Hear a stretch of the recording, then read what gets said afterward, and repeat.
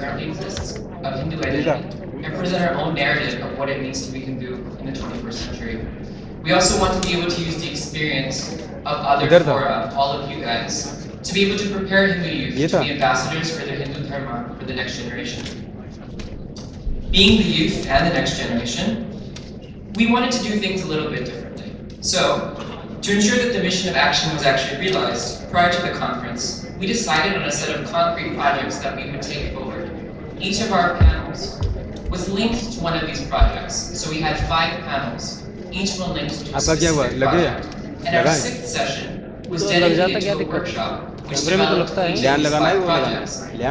We actually worked as hard on the action part of it as we did on the rest of the panels prior to the conference. So our first session, our first panel at this World Hindu Congress was Strengthening Hindu Identity, focusing on the I don't know phenomenon as the key roadblock to Hindu youth in embracing the Hindu identity. If you don't know about your rich civilization, heritage, and culture, it's very hard for you as a young person growing up in the US to identify proudly with your culture and with the Hindu label.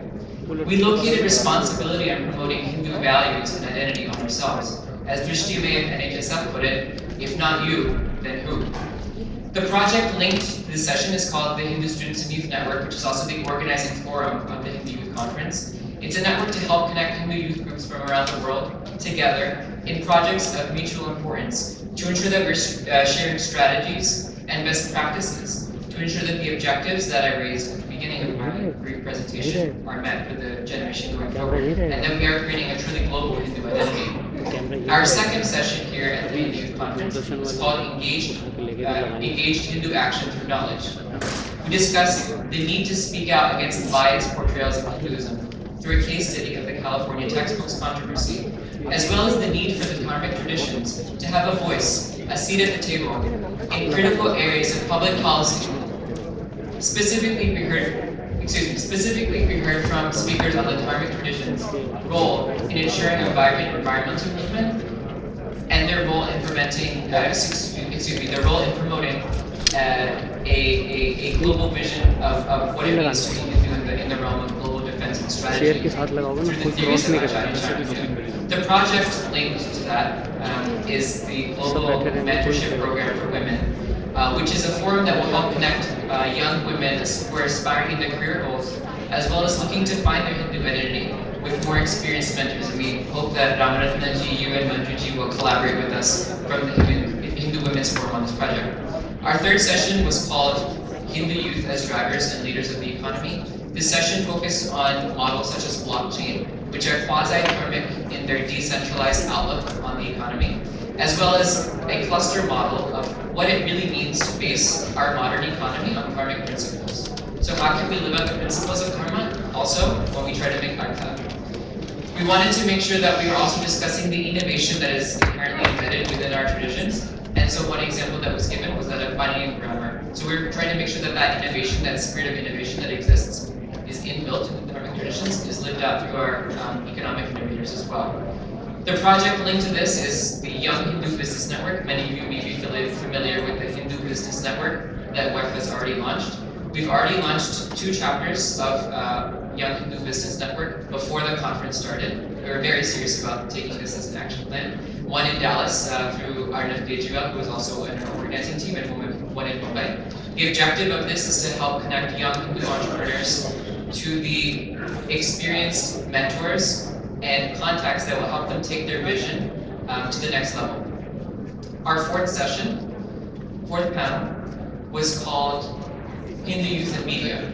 We wanted to make sure that we were re-owning the narrative of what it means to be Hindu through both social and mass media, and that we are promoting subtly dharmic themes such as cosmology, Carnatic music, the influence of Hinduism and math in mainstream films.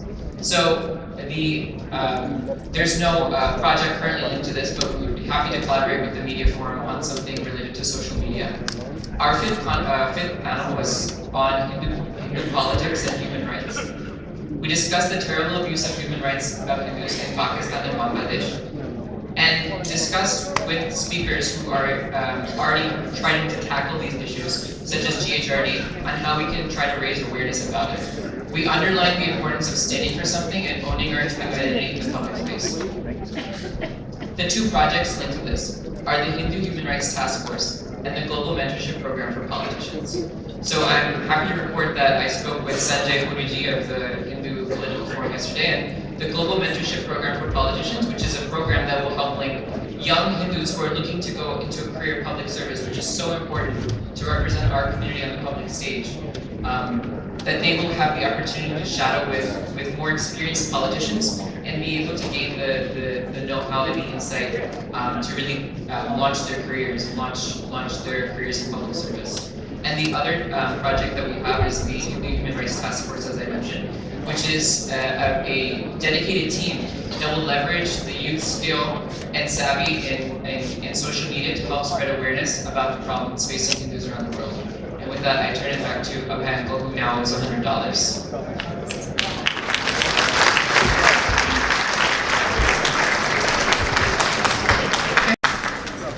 Nice summary, very nice summary.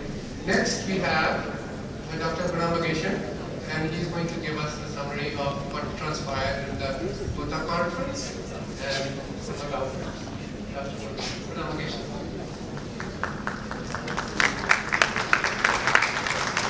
Namaskar. I have to be very careful what I speak because after that last evening discussion, wherever I go, I am called instead of Gunaji, I am called Kadakuladu. So I have to be very careful what I say. Now,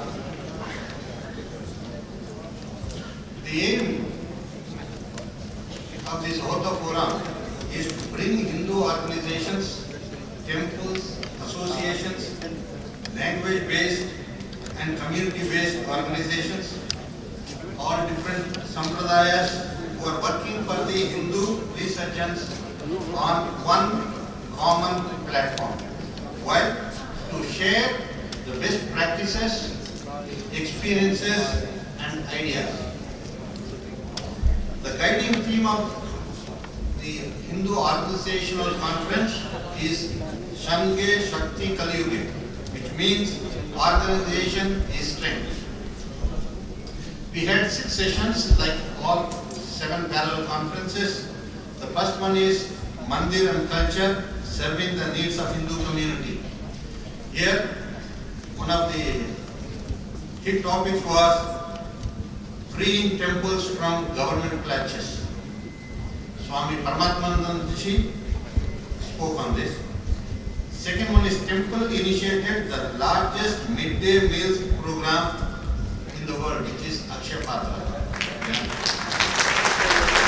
First, we had 4 topics.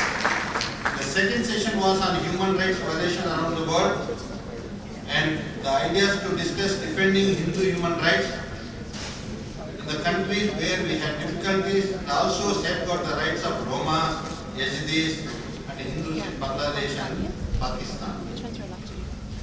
Session 3 and 4 also very interesting.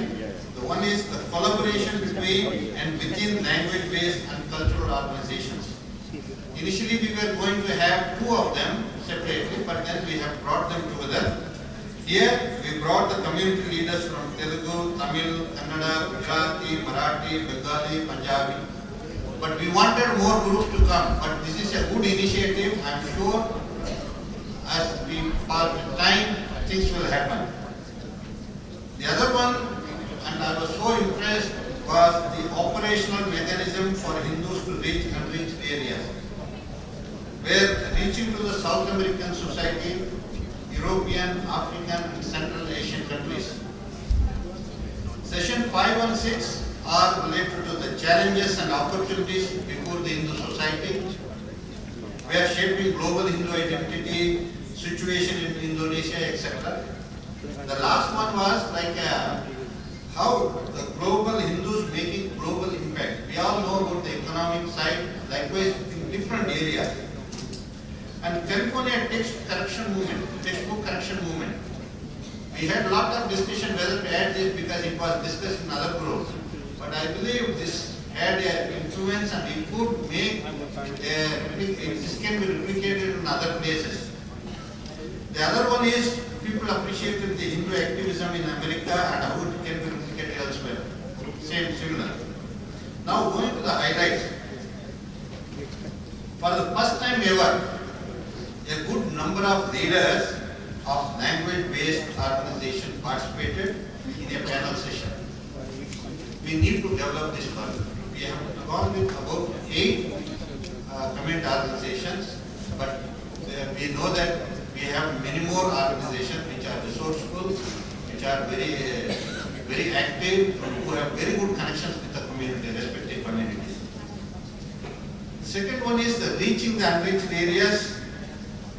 Here we were told there are many indigenous communities in South America.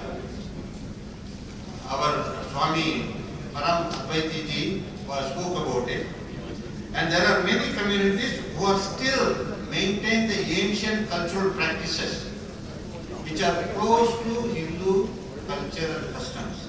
So we need to develop the links to make it like what we have done with the Hindu Maori community in New Zealand. The next is, as I mentioned, the textbook policy, the effect of it. The next slide, please. Here you can see our co-coordinator Sanjay Tripathi ji, who spoke about that one. Number of people, including our MC, the first day MC, they were inquiring how to take this to Chicago and other areas. Very positive outcome. In highlight as well as outcome. The next slide, please. You may wonder why I put this slide. Next slide, please. This is a grand panel. But why I am trying to climb? Because this is a highlight in a sense. While we were planning, this was the session 3 of our OTA conference. But such a highly learned leaders were coming together. We didn't want only OTA people to get benefit. So we shifted from OTA to Grand Panel. So this is one of the highlights of OTA forum. I will climb, whether you want it or not, I will climb. In terms of outcomes, this conference in America created visible and strong Hindu identity. This is a great conference. There are a number of people who have openly told that there is such a big conference here, very positive, you know. We have at least changed from the Mela thinking to conference thinking. The second one, Hindu activism was very appreciated, as I mentioned earlier. People wanted to replicate in future wherever the situation arises. Oh, nice. And coming together of the language base, I'm repeating again because that is a very positive thing. And we could see the leaders telling that we should be having regular meetings like this. And we have just started to engage this organization and we need to build upon it. And this is for the organizations to come together and the organizers of this conference or this congress to go to them again and develop together. In other words, collaboration and cooperation between organizations is the next important step. And Hindu Organization Conference has created enough interest, and I am going to request that this conference host or the organizers should organize a national conference on Hindu contribution to American society. Thank you very much.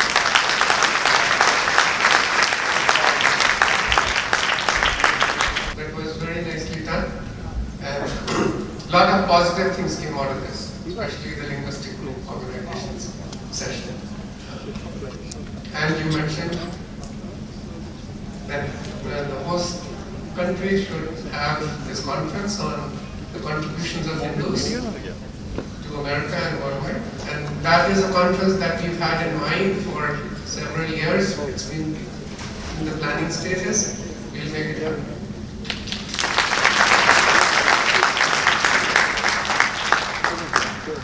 Next we have Dr. Nachiketa Tiwari, who actually was from US. So he's a part of us. He's part of the host committee. And he's going to tell us about the education conference. He's currently writing on US.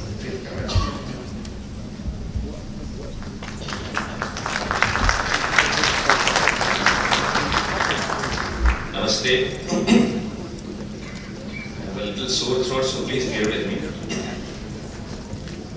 There's a saying, there's a subhashit, Nasti Vidya Samam Chakshu. There is no eye better than Vidya. A lot of problems which we face today, including those related to media and organizations and all this, it is fundamentally anchored in what kind of education, formal as well as informal, we get. And if we sort out the problem of education, then slowly but surely everything else will align in that direction. So with that perspective, the Hindu Education Board has been organizing Hindu educational conferences over the last several years. And the purpose of this board is very broad. It is quality education for all. And in all, it implies all countries, all societies, all. It's a very ambitious vision. And it also has a focus on quality, implying that it should be the best possible education in all spheres, secular as well as sacred. That is it. So with that in perspective, in this particular conference, there were 6 themes which were covered. The first theme was, how do we provide quality education in growing economies, excuse me, especially in countries like Bharat and elsewhere, because you have a very large number of people. The government can only do so much. There are so many other resources available. So how do you pool in all these resources and get to ensure that the best possible education is available to a very large number of Bharatian people and at affordable points? So wonderful discussion points came out of it, and in terms of conclusions, we'll actually see in the next slides in terms of outcomes. No, please go back to the last slide. Last slide, please. Last slide. Previous. This is education, my education. Yes, please stay on this. So the second one was, how do we develop Hindu scholarship across the world? Because right now, especially in Bharat, there's a very significant lack of formal Hindu scholarship. And if we do not have experts in area of religious studies, Hindu studies, then we cannot articulate our positions. And then slowly but surely, whatever perception relates to Hindu Dharma, it gets distorted in media. The third one, and extremely importantly, the purpose of the third session was, how do we network very large number of Hindu intellectuals who are working in areas of medicine, in science, in technology, in social sciences, in religion, in philosophy, in almost every university, small or large, famous or not so famous. You have people at very eminent levels. This is a wonderful asset. How do we develop a network so that we can collectively pool our resources, benefit each other, and in process also benefit, and serve the cause of Dharma.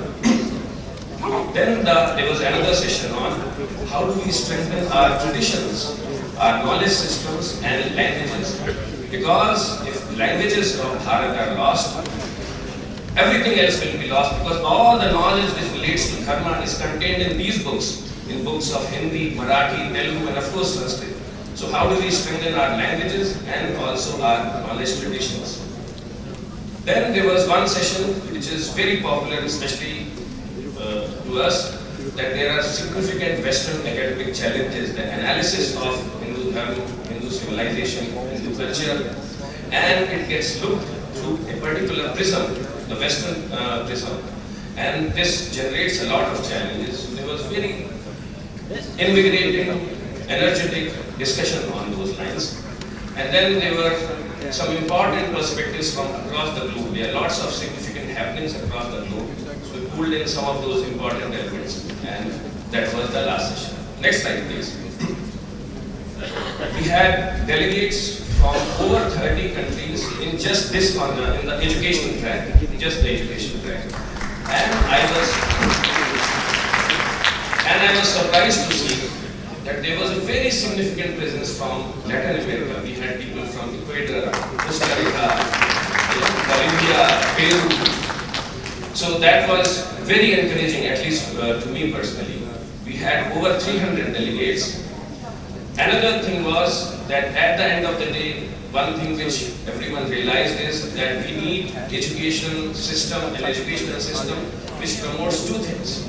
Swabhiman, which is self-reliance, which is confidence, self-confidence, and Swavlamban, which is self-reliance. So we have to get out of this thing of education for the purpose of job. So self-confidence and self-reliance. The third thing which was a highlight is that there is very clear understanding of what we want, which is what I term is at mantra. But there is less clarity on how do we get there, on what kind of systems we need, which is tantra, and even lesser clarity on what are the exact tools which are needed to achieve there, that is yantra. So that was another thing. So we have to work on the later two tantra and yantra, and that is one thing we will be focusing over the next 4 years. Next slide, please.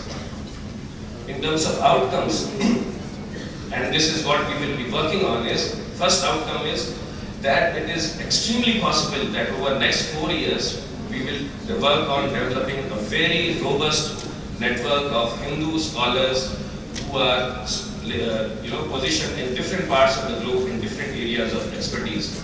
There is already some wonderful work happening by organizations like VAHA or organizations led by Harikiran Vadlamani ji, and we have to all work together and amplify and strengthen this kind of this thing. So that is one very important goal.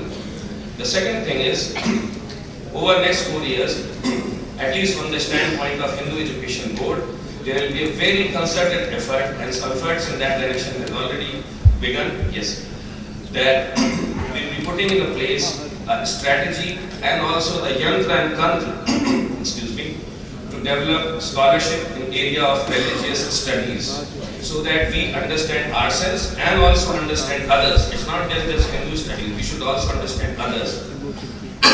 Just to give you a very quick background, important discussions had already happened prior to this particular conference on these lines in Bangalore, and also in Chennai, and also in Haridwar. In one of the meetings, Dattaji and Mani Bhagaiya ji and several other senior adhikaris were also present. Leaders from several other spiritual organizations were also present. So that is one important area where we will be working on. And the last one is we will be working very strongly towards developing yantras and tantras so that we can actually solve this language problem. Because unless we solve this problem of language, we can continue doing whatever we are doing. We will still be stuck where we are. So these were the 3 important outcomes of this particular conference. Thank you very much.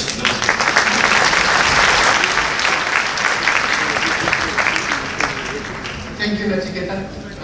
The last one, but not the least one, is Dr. Jai Bansalji. And this is for the first time that we had a poster presentation in this World Hindu Congress. And Dr. Jai Bansal and Dr. Chandra Reddy, they took upon themselves and totally on their own, they conceived the whole thing and they delivered on it. Dr. Bansal, 5 minutes. Namaste everyone. As Abhijit said, this element was introduced for the first time in the World Hindu Congress. What he did not say is this was actually his brainchild. So thank you for giving us the opportunity to do it, and also for letting us run the show the way we wanted it. So thank you very much for that. At the outset, I would like to recognize Dr. Chandra Reddy, who is my right-hand person throughout this ordeal, through all the trials and tribulations. So Chandraji, please rise and be recognized.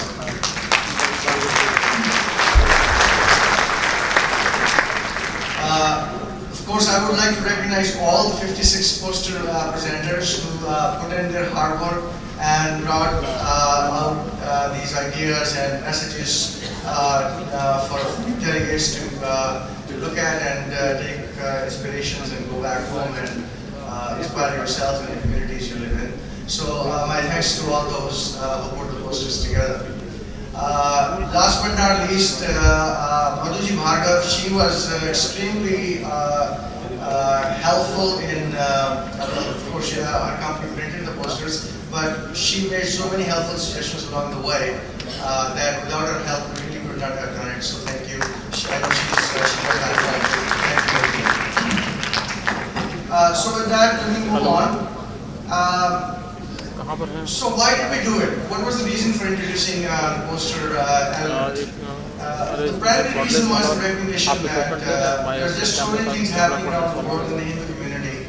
We like to hear about these things. However, we don't have time in the regular panel sessions for them to be able to tell their stories. So we really wanted to create a different medium of communication that was highly interactive, highly personal, and also was scalable. So you could accommodate a lot of people in a very compact fashion.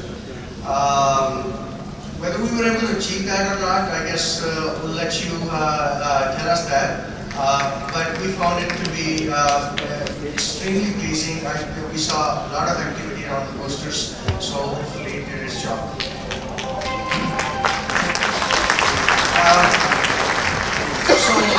There were 56 posters. Majority of them came from HOTA and education women.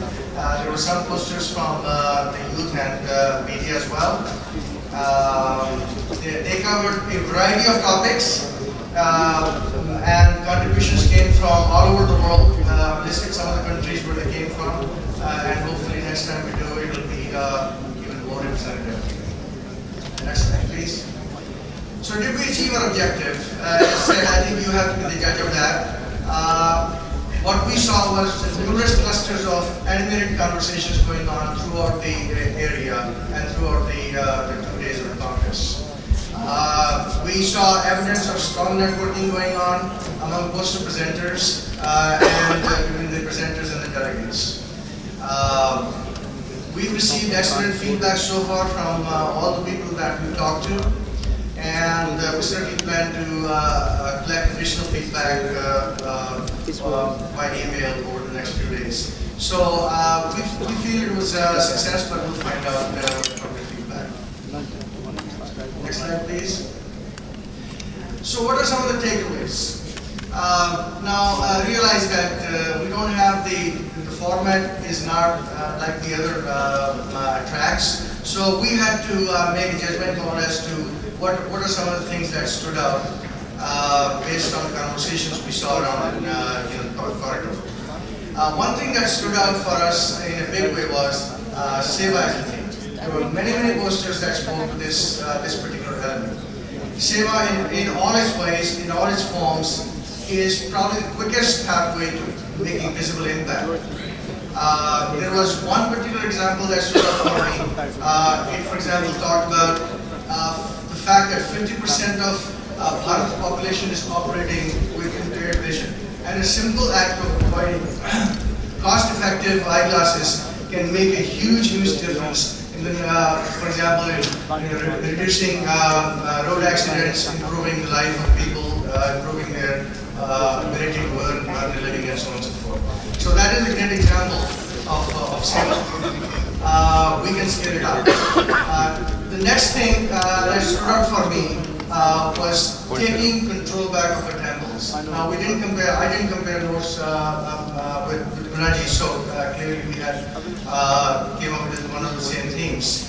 Now we don't have to explain to anyone as to why we should take back control of temples. However, my aim here is a little bit different, and that is we need resources for doing all the things that we're doing. It is well known that we don't like to give to social services as much as we need, but we like to give to temples, and therefore temples can act as a great resource for supporting the kind of projects that we have in mind, the Seva projects and so on and so forth. Finally, it stands to reason that we can do everything we want, but unless we take the message out there in the media, nothing is going to matter. So making the media strong to disseminate our success stories and to support the Hindu narrative is absolute must. And those are the three themes that stood out for us. Seva, taking mothers back, and media. So now I have an important task. I know our time is running out, but I have an important task. Remember, this was the first time we were introducing this, so we wanted to maintain a very high quality of the posters. In order to do that, we introduced a sense of competition. So we decided we're going to judge the three best posters out of all the entries. We had a independent panel of distinguished judges, three judges, who had nothing to do with the poster activity during its formation. The judging process basically emphasized the quality, clarity, and the impact of the idea.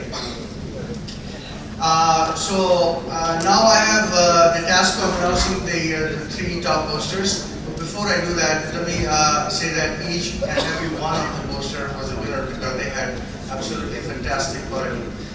So with that, let me show the first poster. This is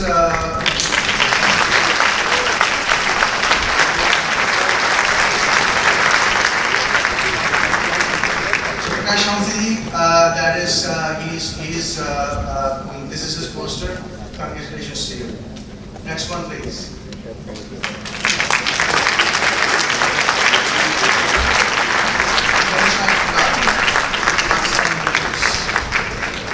And the last one is thank you very much. Thank you, Jaji. I know you had a lot to cover, and congratulations to all the three winners. So the time right now is 10:23, and we have to wrap this thing up by 11.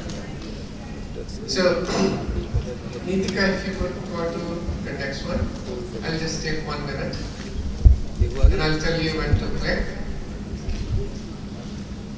So yeah, just 1 minute. So we had set a certain number of objectives for the World Hindu Congress when we started planning it from the very beginning. So the first one was connect and bond. So I want all of you to tell us that at this gathering, did we achieve in this objective? Connect and bond.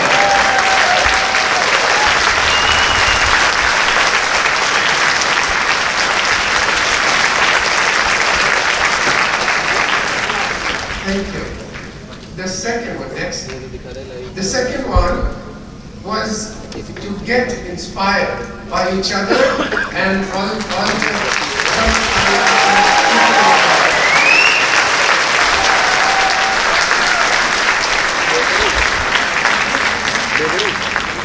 the third one was to share ideas with each other, success stories, unique experiments. Did we achieve that?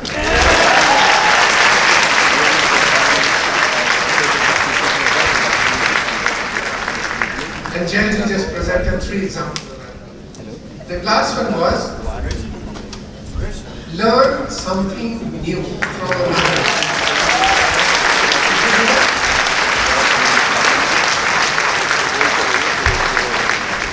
Next, Neetika. The last one is the most important one. Impact.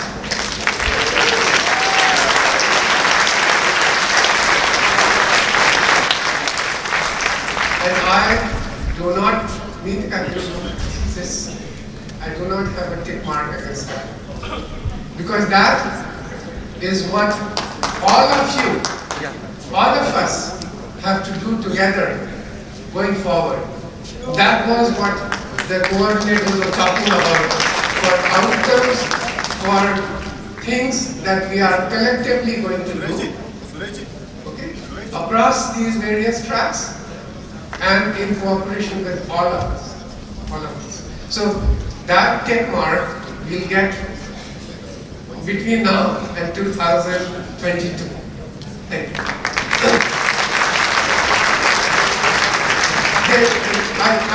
I had last night we got all these inputs from the various tracks. I was trying to summarize it. If I just very quickly. So glowing awareness. So a lot of these outcomes, good outcomes, and many of them were discussed. Next one. Some of the important takeaways, right? So here, I'm not going to read through it, but these slides will be available. You can see it. And this is a very, very preliminary view of what's happened. There was a lot that was discussed. We are going to collate all that information, consolidate it, correlate it, and all of that will come out in proceedings in the next month or so. So that will be available, and all these roadmaps that have started being formulated, so that will also appear in the next coming months. Okay. Neetika, next one. Thank you. Thank you. There are lots of recommendations that came out, and all of this will be shared with you. So what I'll do right now, we have about 22 minutes. So I'm going to spend the first few minutes just having a dialogue between the coordinators, because see, they've been running these conferences by themselves so far, but they were in communication with each other. But what we want to share is what are some of the synergies, some of the cross-fertilization ideas and so on between them. So I'll just have each one of them take a minute or so and give their thoughts on that subject. So I'll start with Sanjay.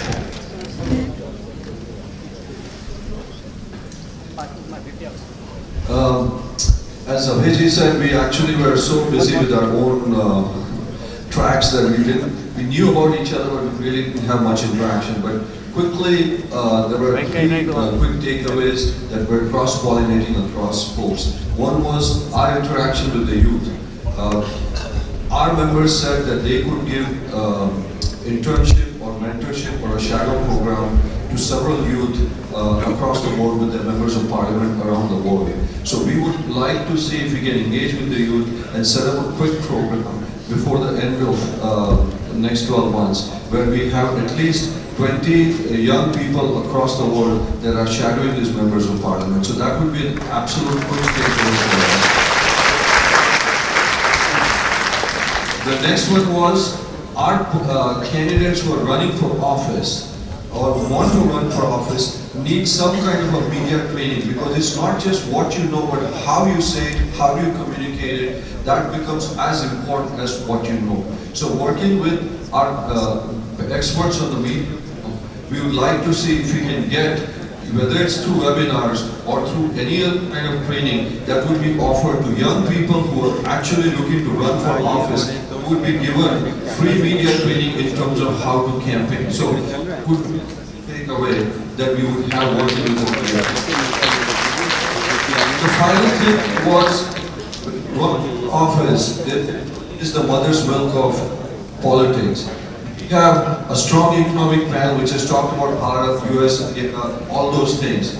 But we want the Hindus who have done economically very well, they should be ready to support Hindus, young Hindus, other Hindus who are ready to sacrifice and want to run for office and need financial support. We want to engage with the economic panel to find out structures that can be there to support our Hindu community when they run for political office. So that would be the final third engagement for us. Thank you.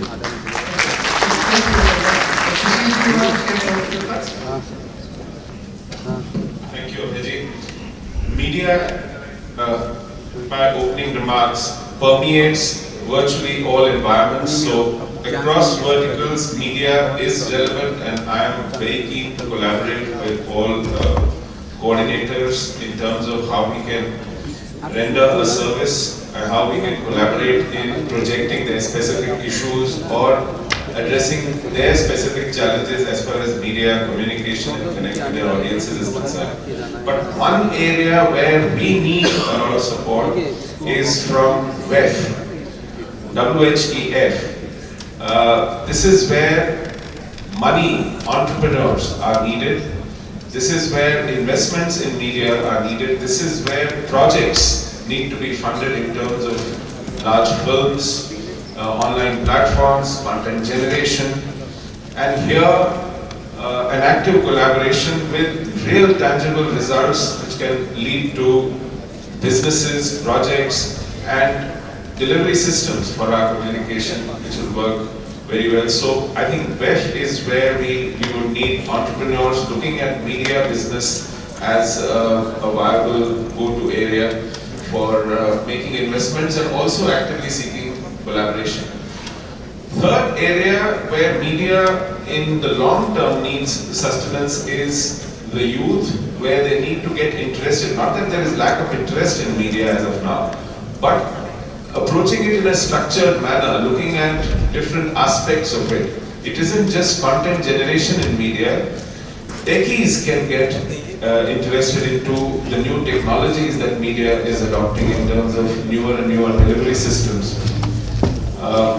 And master them from a technological point of view, and then look at how content could be married, how content in its integrity be delivered faster, delivered cheaper, delivered with more impact.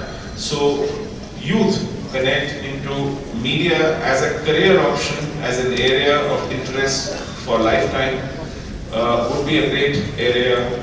As far as these three areas of collaboration are concerned, I think we have a great thing going. Thank you so much again. Thank you, Shishir. Can you just in 1 minute summarize? On the economic side. Sure, from an economic perspective, for India to reach its full economic potential, we all must focus on skilling, and we all must do our part to contribute to that skill that India has youth. So that's the main takeaway. Thank you. Ramaj? From the women's perspective, we need more number of branches, that is chapters of Hindu Women Forum, to be expanded across the globe. And we need the help of interaction and help and the support, financial support for young entrepreneurs and those who are economically backward also. And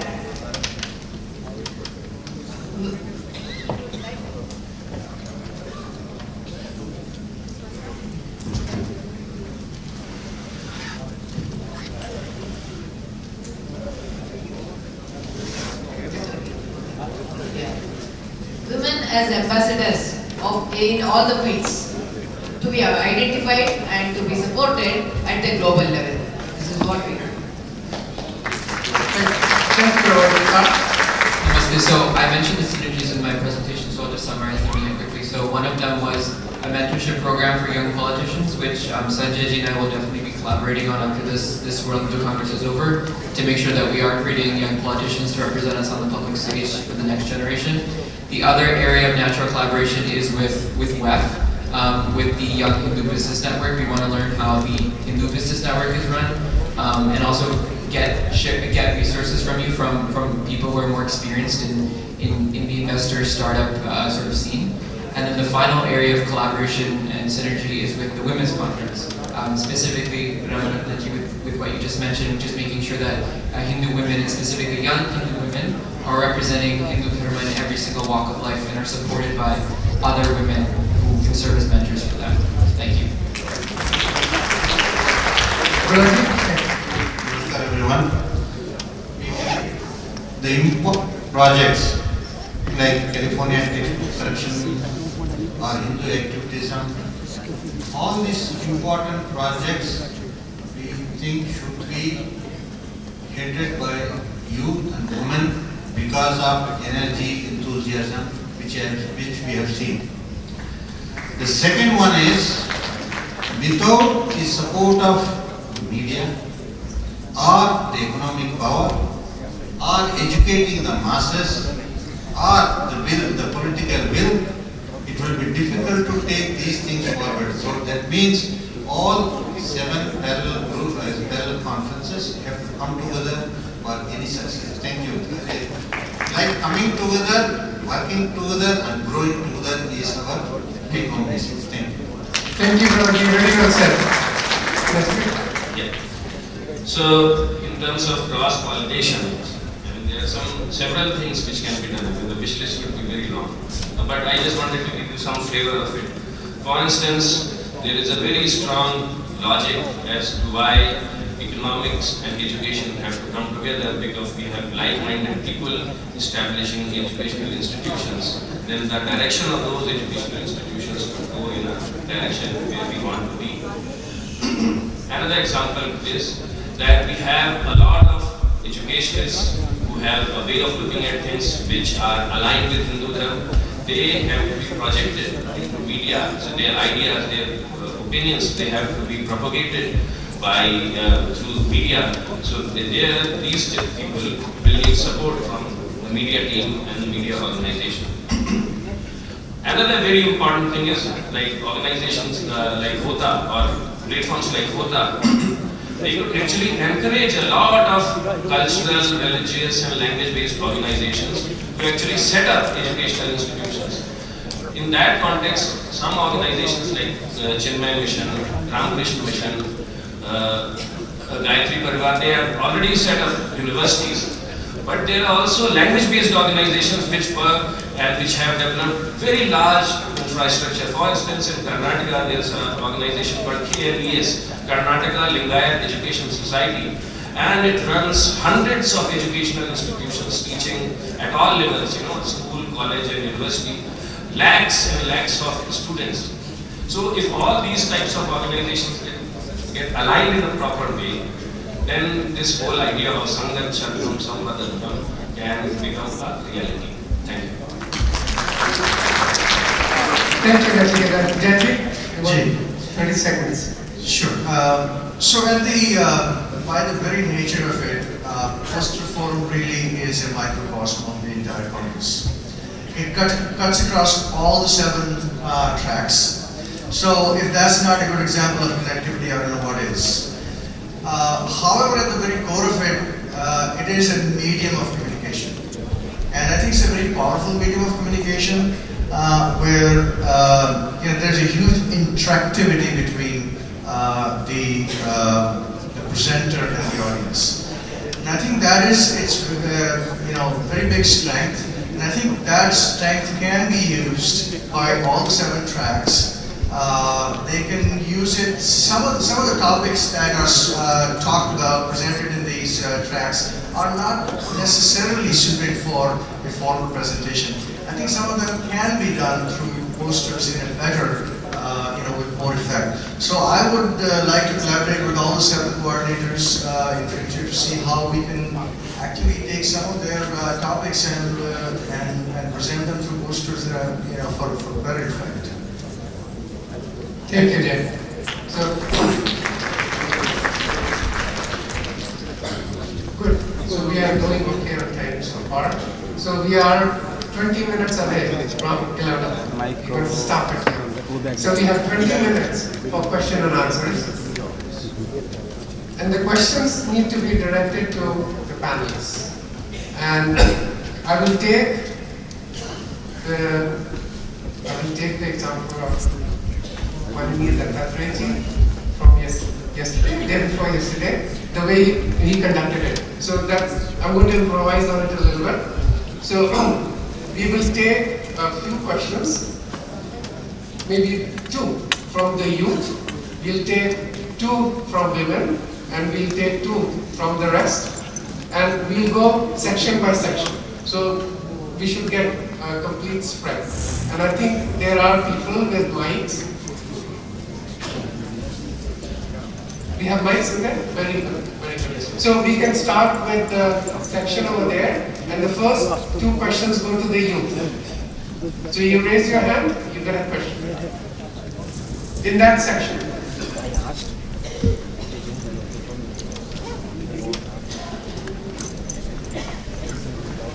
Okay. No, alright. So if there are any women in that section that want to ask a question, in that side first. Ami has the mic. नमस्कार, मेरा नाम वर्षा जानी है, Hindu Swayamsevak Sangh and परम शक्ति पीठ I want to address this to the ladies in the audience and then say that perhaps we need to get them away from the serial scenario at home, get them out of their chairs sitting watching serials, and please, please, please enlighten yourselves, get your youngsters into all walks of life, including politics in particular, and please encourage them to take and participate in public life. Thank you. Thank you. So, please ask a question. Then don't give a comment. Please ask a question. Another youth or a woman from that section? Yes. Yeah, I have a question. My name is Nita Sardana and I'm from Atlanta, Georgia. I'm with the American Cyber Systems ACS group. I wanted to find out, are there support systems in the US or other countries where women can support each other so that they can get out and become entrepreneurs or become, you know, whatever they want to do in life and not just be at home? Do you have any programs like that? Robert?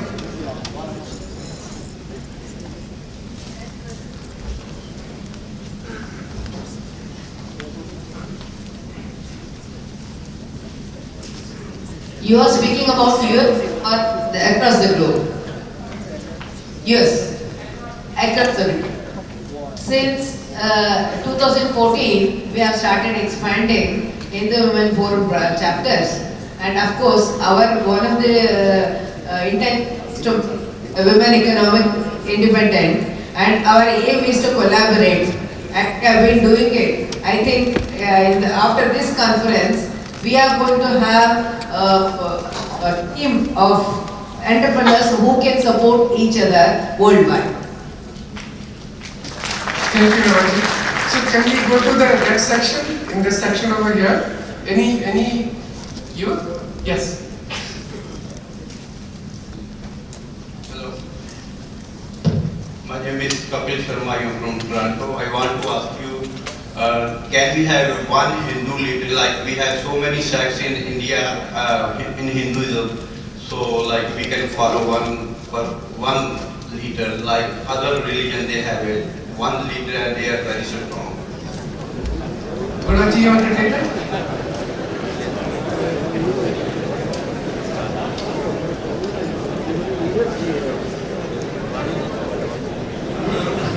Welcome to the reality. Yeah. Welcome to the reality.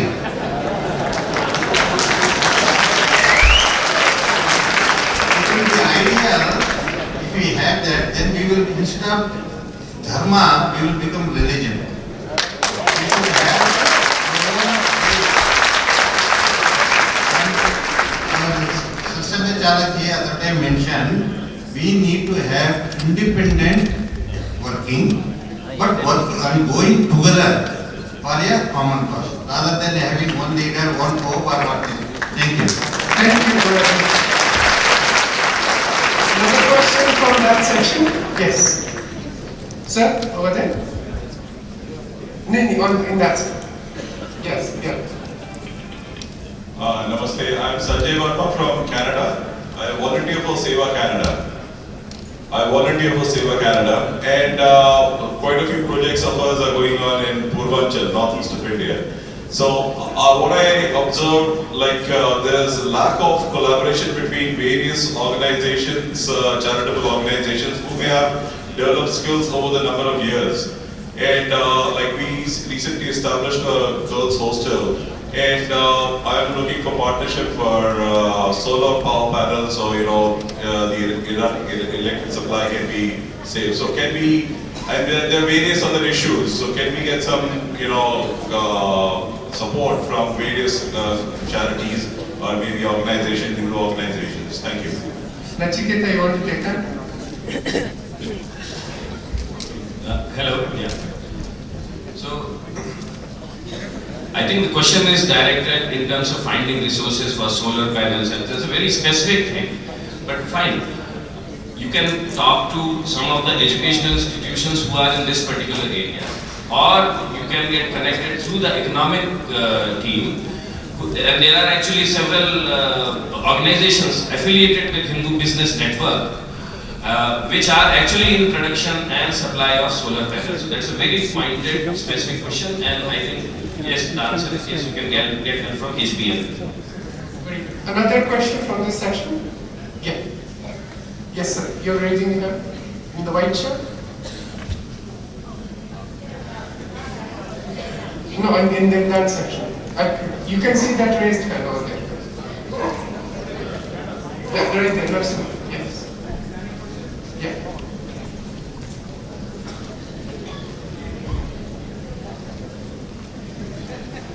Thank you, Vinny.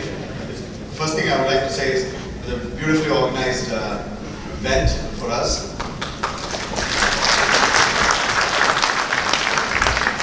Thank you. Your question, please? Two-part question. Macaulay, we always quote Macaulay and his strategy. Do we have a strategy after 70 years? That's one. Second is the aspect of language. In India, there is a conflict between Sanskrit and the state languages. And in CBSE, our own languages is called a second language in CBSE. No other country has this, that our own languages are called a second language in the report cards of our children. Thank you. Thank you. So, and Sushil, you can, or maybe you can take both. I'll first talk about the issue of language. I entirely agree that if we solve this problem of language, a very large number, and people may not, or a lot of people may differ, but a very large number of problems get resolved just by solving the problem of language. This should not be considered as an emotional issue. If you look at the problem of language analytically, with reason, what a language does is it acts as a filter. So just as a filter, if you have a red filter, only red light comes in. If you have a blue filter, only blue light comes in. If I read all the knowledge through the medium of English, what kind of texts am I going to read? I will be reading, most of the scholarship which has been generated in the Western world. If I read through the filter of, let's say, Hindi or Telugu or Sanskrit for that sake, then what will I access? I will read and I will get influenced by most of the work which has been created and which has gotten generated in Bharat. And this filter changes our mind, it shapes our mind because our minds are plastic entities. So if we solve this problem of language, we will be able to resolve most of the problems which grapple us and which agonize us in this particular hall. So we have been working on it. There are people like Sankran, Sangu and several other persons in this room who are grappling with this problem of language. It's a very complex problem. It has political implications, so many other things. And we are little entities, But this is very important, and if there are individuals who would like to collaborate in this area of language, please contact me and we have to work in this direction. The other one is strategy. Yes, several people are working on it. There are several larger entities just than this particular platform who are working in that direction. These things take time. When the country became independent, all we knew was that what do we want? We did not know how do we get there because for last 1,000 years we have lost this art. We have forgotten how to rule, how to run systems, how to create systems, how to create tools. What I mentioned as yantra and tantra. Because when you get destroyed for a long period, you forget all those things. But as the country has emerged, people are learning, things are forming, they are getting crystallized, and slowly a strategy is also evolving, not only in context of this forum, but at a national level also. So we have to be patient and we have to follow that idea of charai to charai. Thank you, Mr. First, I would like to have a youth direct the question to a youth. Right there.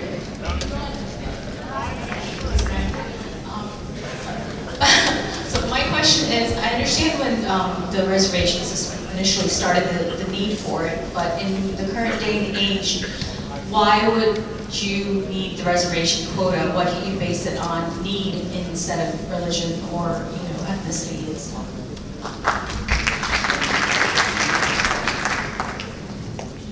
the issue is about reservations. It has a very strong social dimension, a very strong political dimension. From a political standpoint, it's a very complex and difficult to handle issue. And there's a very powerful social argument for it. But you can look at this problem of reservation in another way. If we create a very large number of educational institutions which provide wonderful education, then whether you have or whether you do not have reservation, that question becomes meaningless. Right? I'll give you a context. During the 1990s, this reservation became a big issue. But the private sector, and there was significant commotion in the society on the issue of reservation. There were groups from all sides and there were violent struggles also in that context. But the pressure generated by that idea of reservation got resolved to a very large extent because the economy opened up. And a large, very, very large number of jobs got created in the private sector. So Lakshmi got liberated in 1990s. Today, the government controls every area of education. It's a license permit Raj.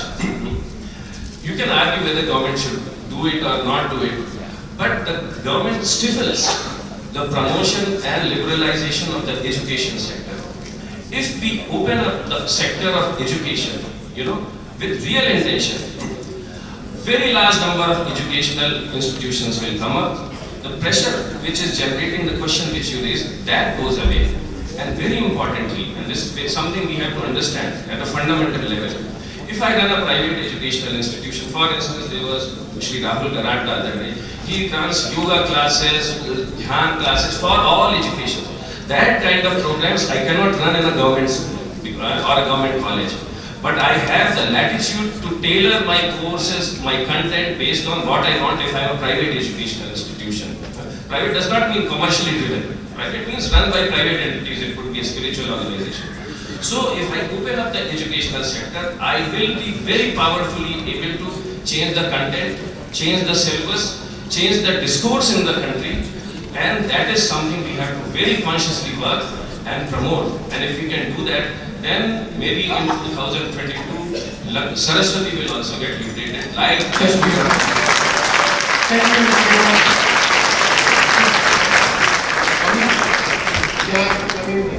Guru Dilip Singh ji has a question. Right here.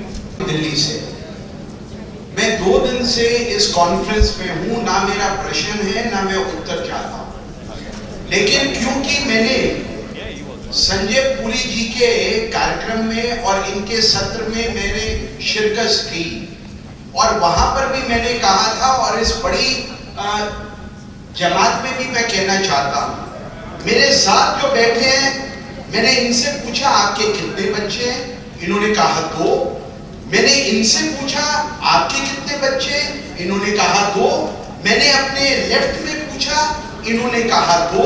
मैंने सोचा मेरे भी 2 बच्चे, और दुनिया के देशों के अंदर 87 देशों में मैं पिछले 32 साल से घूम रहा हूं, चाहे वो फिजी है, चाहे वो ट्रिनिडाड है, चाहे वो टोबैगो है, चाहे मॉरिशस है, और दुनिया के अंदर जो ड्विंडलिंग पॉपुलेशन है हिंदुओं की, उससे प्रभावित होके मैं आशा करके आया था कि इस कॉन्फ्रेंस में हमें ये सुनने को मिलेगा, हम 2, हमारे 2, पिछली जमात की बात थी और आगे की जमात की बात होगी, हम 2, हमारे 4, क्योंकि दुनिया के अंदर हिंदुओं की संख्या बढ़ाने का दायित्व भी इस हिंदू कॉन्फ्रेंस के माध्यम से होना चाहिए।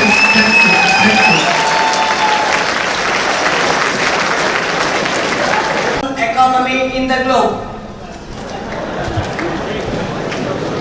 Ethan, you want to take that?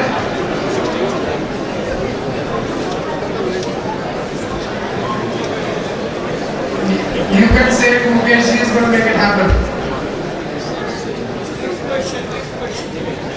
Just last question. This is Aman Patel. We have heard a lot about California textbook, and I really would like to applaud for the whatever the accomplishments we have done for the California textbook. Now, based on the California textbook, I did my own research for the textbooks in India, and I found the textbooks in India are much worse than the California textbook. You will not even find a single Ram word in India's textbook. Now over here we have 2,000 people. Can we make a tangible goal to achieve that accomplishment and fix the India's textbook? Can we make that goal as the end of this conference? Thank you. So there are organizations like Shiksha Bachao Andolin. There are some organizations who are actually scrutinizing these textbooks, and it's not just at the central level because they are the CBSE board, but there are about 40 boards in the country. So it's not just one board textbook you change, everything gets fixed. So there are organizations, and I've heard that there is some processing also place to address the textbook issue in a fundamental way. Thank you very much. I think we are 2 minutes over. Yeah, sure. Just one last one. I think we need to address this question a little more honestly and squarely. It's been over 4 years. This issue is awaiting decisions in our country back home. We are still waiting for our new education policy. We are waiting for directions in this matter, and they are still awaited.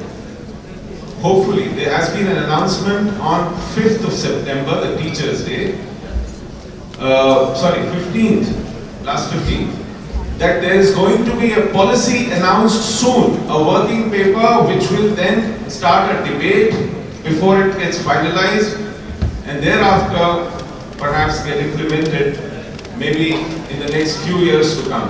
We are running very late on that, and I think we owe an explanation to ourselves as to why. Thank you so much, Sushil ji. With that, I think we